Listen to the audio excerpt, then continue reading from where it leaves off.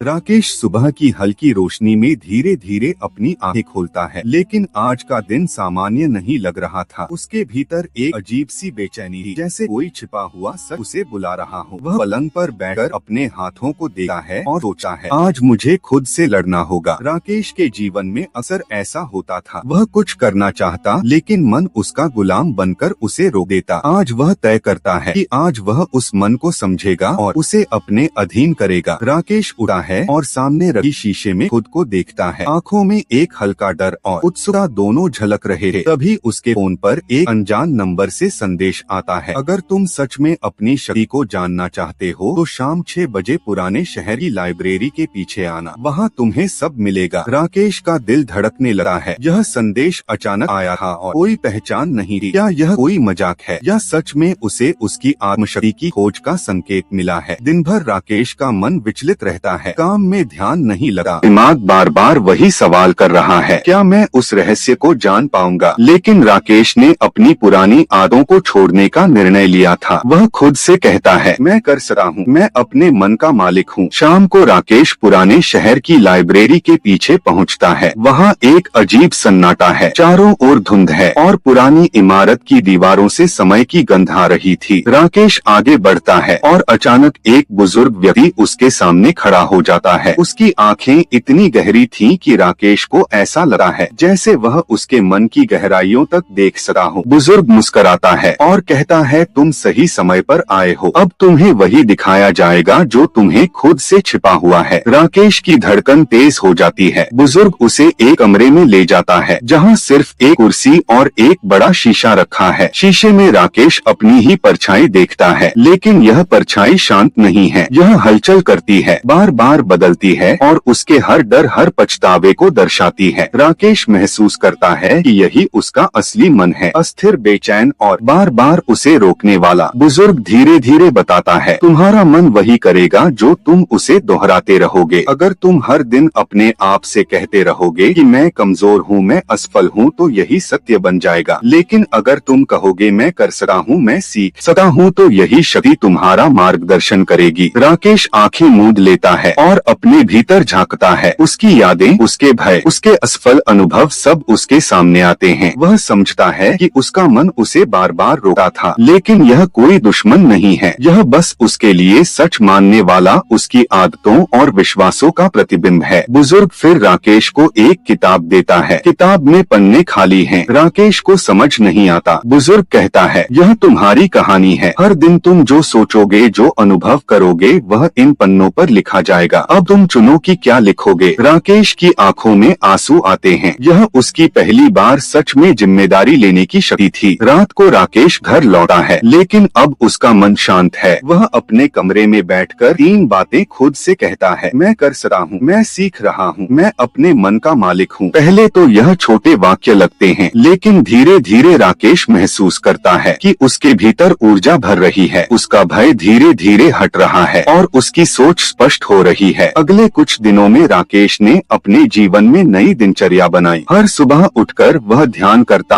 अपनी सांसों पर ध्यान केंद्रित करता और दिन के लिए स्पष्ट लक्ष्य तय करता। उसने देखा कि उसका मन अब अतीत की गलियों में नहीं भटकता, नहीं भविष्य की चिंता में उलझता। हर कार्य समय पर अनुशासन के साथ पूरा होता। उसके भीतर आत्मविश्वास और मानसिक स्थिरता बढ़ी। लेकिन कहानी में ट्विस्ट तब आता है जब राकेश को महसूस होता है कि उसकी जिंदगी में जो सबसे बड़ा शत्रु था, वही अब उसका सबसे बड़ा मित्र बन गया है। उसका मन जो कभी उसे रोकता था, अब उसे शक्ति दे रहा था। यह परिवर्तन अचानक नहीं हुआ था। यह हर दिन की छोटी छोटी आदतों, आत्मवार्ता, लक्ष्य निर्धारण, समय प्रबंधन और ध्यान का परिणाम था। एक दिन राकेश लाइब्रेरी लौटा है और वही बुजुर्ग फिर उसकी प्रतीक्षा कर रहा है। बुजुर्ग मुस्कुराते हुए कहता है, तुमने अपने भीतर की शक्ति को जागृत कर लिया है। अब तुम्हारा मन तुम्हारा अनुयायी है, तुम्हारा मार्गदर्शक है, न कि तुम्हारा शत्रु। राकेश ने पहली बार महसूस किया कि असली विजय बाहरी नहीं, भीतर की होती है। कहानी का सबसे बड़ा भाव यह है कि हर व्यक्ति के भीतर एक असीम शक्ति होती है। अगर उसे समझा जाए, दिशा दी जाए और प्रशिक्षित किया जाए, तो कोई भी डर, चिंता या असफलता उसे रोक नहीं सकती। राकेश ने सीखा कि मन को नियंत्रित करना कोई एक दिन का काम नहीं है। यह लगातार अभ्यास और जागरूकता की यात्रा है। और अंत में राकेश अपने कमरे की की खिड़की से बाहर देखता है। चांदनी रात में हल्की ठंडी हवा बह रही है। उसके भीतर शांति है, उत्साह है और आत्मविश्वास की लौ जल रही है। वह जान गया है कि अब वह अपने मन का गुलाम नहीं बल्कि उसका स्वामी है।